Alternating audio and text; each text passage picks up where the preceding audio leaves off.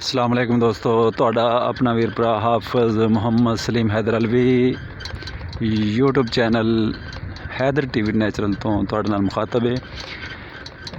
ਬੇਟਾ ਜੀ, اللہ تعالیٰ نے قرآن پاک جڑا لوح محفوظ قرآن پاک کی حقیقت تین سٹیپ میں ہے، تین کیٹیگریز میں ہے۔ ایک حقیقی قرآن یعنی جو لوح محفوظ پر ہے، دوسرا تخلیقی قرآن جو اللہ تعالیٰ نے چھوٹے لیول پر زمین کی ساری تخلیق جو بنائی ہے، یہ حقیقت قرآن ہے، یہ تخلیقی قرآن ہے۔ اور ایک تحریری قرآن جو ہمیں 30 پاروں کی شکل میں ہر مسجد کے اندر لکھا ہوا نظر آتا ہے۔ حقیقی قرآن جو آسمانوں میں ہے، اس کی وجہ سے یہ تخلیقی قرآن ہے، اور اس تخلیقی قرآن کی وجہ سے تحریری قرآن ہے۔ تو یہ جو نظام اللہ تعالیٰ نے بنایا اپنا تخلیق کا، اس تخلیق کے اندر اللہ تعالیٰ نے ہمیں واضح طور پہ بتایا ہے کہ جو دو راستے ہیں، ایک حق کا راستہ، ایک باطل کا راستہ۔ حق کا راستہ جو ہے وہ اہل بیت کا راستہ ہے، آسمانوں میں، زمین کے اندر، تخلیق کے اندر، تحریر کے اندر۔ اور باطل کا راستہ جو ہے وہ ہے اہل بیت کے مخالف لوگوں کا راستہ۔ تو آپ نے حقیقی قرآن کی وجہ سے تخلیقی قرآن کو پڑھنا تھا، اور تخلیقی کی وجہ سے تحریری کو پڑھنا تھا۔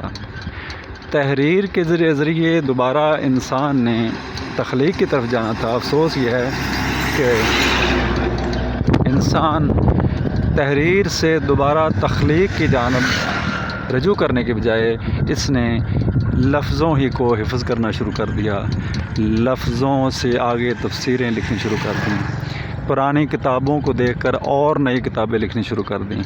تحریر پہ اتنا الجھا کہ لائبریریاں بھر گئیں، ہر بندہ تحریر کے ذریعے کتابیں لکھ رہا ہے، اور تحریر سے تخلیق کی طرف رجوع نہیں فرما رہے لوگ۔ تخلیق کا نظام جو ہے، اسے صرف دنیا کی خاطر استعمال کیا جا رہا ہے، اسے علم سمجھا ہی نہیں جا رہا میرے دوستو۔ افسوس یہ ہے خون کے آنسو رونے پڑتے ہیں۔ تخلیق کو علم نہیں سمجھا جا رہا، تخلیق صرف دنیا، روپیہ، پیسہ، پیٹ بھرنے اور عیش و عشرت کے لیے تخلیق کو استعمال کیا جا رہا ہے۔ تخلیق لوگ سمجھتے ہیں یہ دنیا کی رونق ہے، اور قرآن میں اللہ تعالیٰ فرماتا ہے کہ یہ دنیا کھیل تماشا ہے، اس کے سوا کچھ بھی نہیں۔ اور یہ سامنے تھریشر آ گئی اچانک، جو انسان کی بنائی چیزیں ہیں، جو انسان کی ہاتھ کی تخلیق ہے، اس میں الجھاؤ ہے، خرابی ہے، اس میں حقیقت نہیں ہے، وہ جنت کا راستہ نہیں ہے، اس میں دنیا پرستی ہے۔ مثال کے طور پر گاڑیاں ہیں، سائیکل سے موٹر سائیکل، پھر کار، پھر ٹرین، ریل گاڑی، جہاز، اور جتنی بھی ترقی ہوئی ہے، انسان نے جو مشینری بنائی ہے، کارخانے، مشینری، جتنی بھی ترقی ہوئی ہے مشینری کے اندر، ٹیکنالوجی کے اندر، یہ الجھاؤ ہے، دنیا پرستی ہے۔ اس سے انسان کی بنائی چیزوں سے انسان اللہ کی طرف رجوع نہیں کر سکتا، بلکہ دنیا میں اور ملوث ہوتا جاتا ہے۔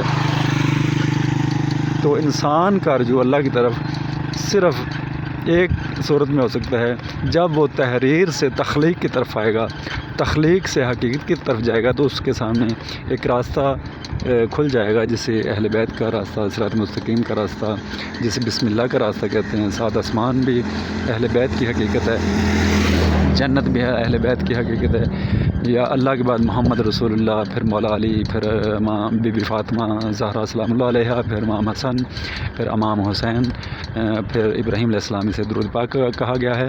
ہر امتی کو حضور نے فرمایا کہ درود شریف کی کثرت کرے، درود شریف کی کثرت کرے، اسی وجہ سے کہ اس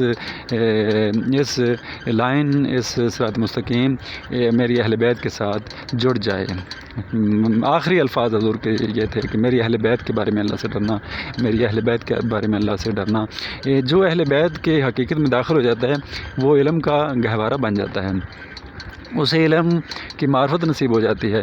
اس لیے فرمایا نا مدینۃ العلم و علی بابھا، میں علم کا شہر ہوں، علی اس کا دروازہ ہے۔ جو اہل بیت سے محبت کرتا ہے وہ عالم بن جاتا ہے، اسے علم نصیب ہو جاتا ہے۔ تخلیق کا علم، اس کے لیے سکول کا پڑھنا لکھنا ضروری نہیں ہے۔ تخلیق کا علم، تخلیقی علم کے لیے انسان کا دماغ کا ہونا ضروری ہے، آنکھوں اور کانوں کا ہونا ضروری ہے۔ جو آدمی دماغ رکھتا ہے، آنکھ ہے، کان ہے، وہ اس علم سے مستفید ہو سکتا ہے۔ دوستو یہ ساری اللہ کی، میں جو ویڈیو بنا رہا ہوں یہ ساری قدرت کی قلم آپ کو دکھا رہا ہوں، یہ سارے حروف قرآن ہیں، یہ ساری تحریر ہے جو کسی پلیٹ فارم پر آج تک نہیں بتائی جا رہی، نہ یوٹیوب پہ یا نہ مدارس کے اندر یا نہ کسی آستانے کے اندر۔ یہ علم جو ہے تخلیق کا، یہ پڑھا ہی نہیں جا رہا۔ اسے بیٹا یہ افسوس ہے کہ اسے علم سمجھا ہی نہیں جا رہا، تحریر کو علم سمجھا جا رہا ہے، تحریر کو۔ حالانکہ انسانی تخلیق، قدرت فطرت کے اندر ہمارا جسم جو ہے وہ تخلیق کے ساتھ منسلک ہے، تخلیق کے ساتھ جڑا ہوا ہے۔ ہمیں اوراق کے ساتھ اور تحریر کے ساتھ نہیں جڑا ہمارے جسم کو۔ ان پڑھ سے لے کر پڑھا لکھا سارا تخلیق کے ساتھ جڑا ہوا ہے۔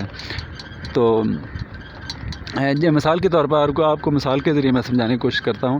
مثال کے طور پر ایک قرآن ہمارا جو ہے نا وہ زاویہ وہ یہ ہے کہ یہ تینوں سٹیپ جو ہیں، حقیقی قرآن، تخلیقی قرآن اور لفظی قرآن، تحریری قرآن، یعنی جو 30 پاروں میں ہے، ان تینوں کی آپس میں مماثلت ہے۔ یہ تینوں ایک دوسرے سے بہت ان کا ایک زاویہ ہے، ان کا ایک راستہ ہے، ایک پیج پہ ہیں یہ تینوں۔ تو جو تحریر سے تخلیق کی طرف آتا ہے، تخلیق سے حقیقی قرآن کی طرف جاتا ہے، آسمانوں کی طرف جاتا ہے، وہ قرآن کی اصل تک پہنچ گیا، اس نے قرآن سے فیض پا لیا۔ اور جو تحریر سے آگے اور یعنی تحریر ہی تک گم ہو گیا، تحریر سے تحریر تک رہا، تحریر سے تحریر تک رہا، صرف تحریر کو ہی وظیفے بنا لیے، وہ گمراہ ہو گیا۔ مثال کے طور پر ایک روٹی ہوتی ہے، اور ایک روٹی جو ہم کھاتے ہیں وہ ہوتی ہے، اور ایک وہ جو کاغذ پہ لکھی ہوتی ہے، ریوا روٹی روٹی۔ جب ہمیں بھوک لگتی ہے، کسی کے پاس جائیں کہ مجھے روٹی اور پانی دو، تو وہ کاغذ پہ لکھ کے ہمیں دے دے، ریوا روٹی پیلف پر انہیں پانی، اور وہ ہمارے سامنے رکھ دے، کیا اس سے پیاس بجھ جائے گی، اس سے بھوک مٹ جائے گی؟ بالکل نہیں مٹے گی دوستو۔ تحریر سے بھوک اور پیاس نہیں مٹے گی۔ ہمیں تحریر اس لیے ضروری ہے کہ یہ پانی ہے، یہ روٹی ہے، اس کا پنجابی میں نام ہے، انگلش میں اس کا واٹر اور فوڈ ہو جائے گا، ہر زبان میں اس کا اپنا نام ہے۔ لیکن جو حقیقت ہے، جو تخلیقی لحاظ سے پانی اور روٹی کا جو حیت ہے وہ نہیں بدلے گی۔ پانی بھی وہی اپنی رکھتا ہے کیفیت، اور روٹی بھی وہ نہیں بدلے گی، لینگویج میں وہ تبدیل ہوتا رہے گا۔ تو اس میں بیٹا جو میں سمجھانے کی کوشش کر رہا ہوں، جو لفظوں میں لکھا ہوا ہے روٹی اور پانی، اس سے پیاس نہیں بجھے گی۔ حقیقی جو ہے نا روٹی اور پانی وہ کھائیں گے تو وہ پیاس بجھائے گی۔ تو آج ہمارے مدارس کے اندر، ہمارے مفتیوں کے پاس، ہمارے آستانوں میں، اسکولوں کے اندر صرف تحریر ہے، تحریر سے تخلیق کی طرف جایا نہیں جا رہا۔ جب بھی کوئی تحریر سے تخلیق کی طرف آئے گا تو اسے پائتن پاک یعنی اہل بیت کو آٹومیٹک ماننا پڑے گا، کیونکہ تخلیقی نظام کے اندر سارا ظہور ہی اہل بیت کا ہے، سارا نظام ہی اہل بیت کا ہے۔ تو افسوس یہ ہے کہ تحریر کو لوگ آگے چلا رہے ہیں، تحریر کی شکلیں بدل کے ہر گاؤں کے اندر ایک تحریر والا بیٹھا ہوا ہے، وہ تویز لکھ رہا ہے، تویز دے رہا ہے، دم کر رہا ہے، وظیفے بتا رہا ہے، سبحان اللہ اتنی بار پڑھیں۔ بھائی سبحان اللہ نہیں، سبحان اللہ، اللہ پاک ہے، وہ ایک حقیقت ہے، اس تک پہنچو، وہ کیفیت آپ کے اندر طاری ہو جائے۔ جیسے پانی پانی کو 100 بار پڑھیں تو آپ پیاس نہیں بجھے گی۔ اسی طرح سبحان اللہ یا بسم اللہ پڑھنے سے بالکل کچھ نہیں ہوگا، بسم اللہ کی کیفیت تک پہنچو۔ بسم اللہ الرحمن الرحیم، شروع اللہ کے نام سے جو رحمان ہے رحیم ہے۔ اللہ، نام اللہ کا ڈھونڈو تخلیقی لحاظ سے آسمانوں میں، کیفیت طے کر لے، اس میں داخل ہو جاؤ۔ رحمانیت ایک کیفیت کا نام ہے، ایک حقیقت اور ایک وسعت کا نام ہے۔ رحمان، رحیمی ایک کیفیت کا نام ہے۔ ایک فضا کا نام ہے، ایک حصار کا نام ہے، اس میں جائیں گے تو رحمانیت کی رحمان کی رحمانیت ہمیں نصیب ہو جائے گی، رحیم کی رحیمی نصیب ہو جائے گی۔ وہ اس کیفیات میں ہم ڈوبیں گے، مستغرق ہوں گے، تو وہ انوار و تجلیات ہمارے اوپر وارد ہو جائیں گے۔ تو لفظوں کا وظیفہ اور ان لفظوں کو، آیات قرآنی کو لکھ کر گلے میں ڈالنے سے بالکل کچھ نہیں ہونے والا۔ یہ دیکھو، یہ قرآنی تخلیق جو ہے، یہ ہر طرف جو ہے نا، یہ تخلیق اللہ تعالیٰ نے بنائی ہے۔ ہر موسم میں جو حروف ہیں موسم کے مطابق اللہ تعالیٰ اگا رہے ہیں، یہ ختم نہیں ہوں گے۔ آدم سے لے کر قیامت تک یہ جو ہے نا، اس میں اختلاف نہیں ہے۔ اور تحریر میں بریلوی کا الگ تحریر ہے، دیوبندی کی الگ تحریر ہے، اہل حدیث کی الگ تحریر ہے، شیعہ کی الگ تحریر ہے، لیکن تخلیق میں کوئی فرق نہیں ہے۔ آدم سے لے کر قیامت تک وہی ہے، اونٹ جیسا آدم کے وقت تھا ویسا ہی اب ہے۔ یوٹیوب چینل پہ بہت سارے گڑبڑ کر کے لوگ بتا رہے ہیں، لیکن ہمارے ہاں جو تخلیق کا علم ہے وہ حق و باطل دو صورتوں میں تخلیق ہے، ایک حق ہے، ایک باطل ہے۔ باطل کی طرف جانا گناہ ہے، حق کی طرف جانا جو حلال، یعنی حلال کی طرف جانا، جن چیزوں کو ہم کھاتے ہیں جو اہل بیت سے منسوب ہیں، ان کی طرف جانا یہ نیکی ہے۔ تو مزید لمبی ویڈیو ہو رہی ہے دوستو، اگلی جو حقیقت ہے وہ انشاءاللہ نیکسٹ ٹائم آپ کو بتائیں گے۔ فی الحال اجازت دیجیے، اللہ حافظ۔